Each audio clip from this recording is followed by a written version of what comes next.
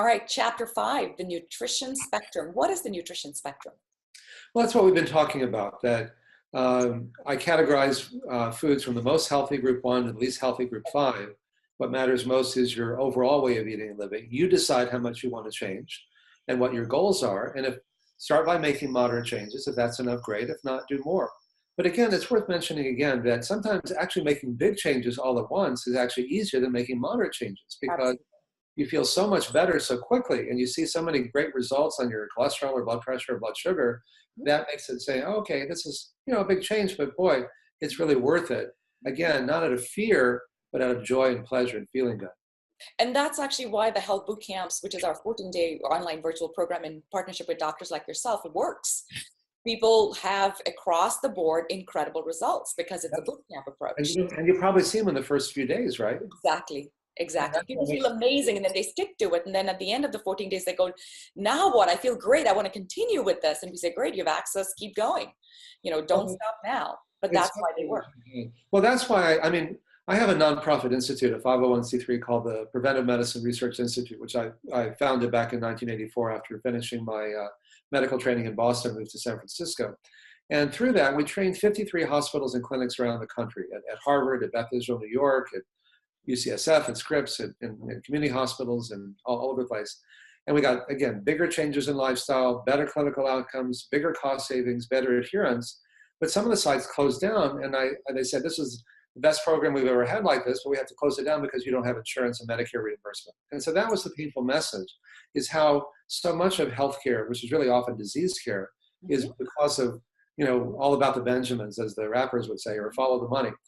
So that sent me on a 16-year journey with Medicare, because I realized I could do 1,000 studies with 1 million people and it would always remain a footnote unless we changed reimbursement.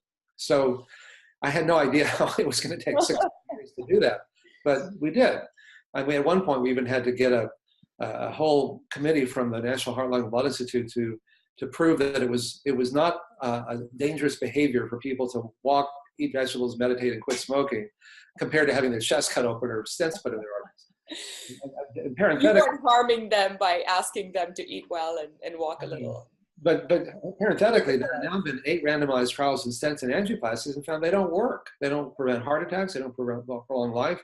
And we spend tens of billions of dollars every year on these procedures that are dangerous, invasive, expensive, and largely ineffective. And if you're in the middle of having a heart attack, they can be life-saving, but the vast majority of people are not, and they don't work.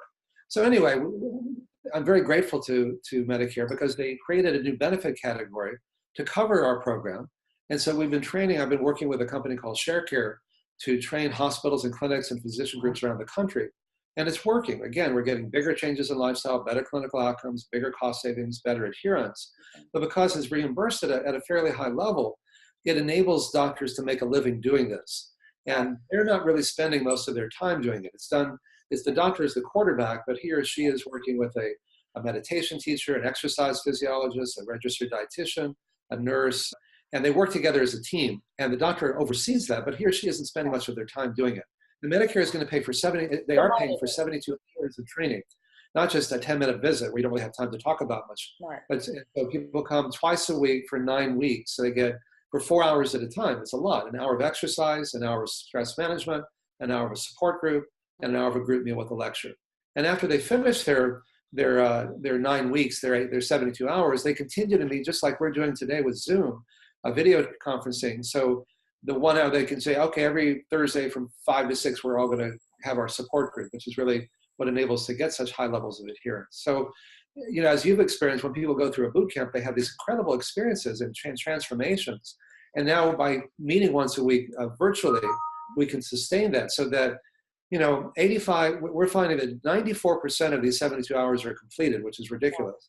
And a year, even though it's only 9 weeks long, a year later, 85 to 90% of the people are still following the program in every site that we've trained around the country. That's remarkable. Remarkable. Congratulations to you for sticking through the 16 years, because it's a long haul.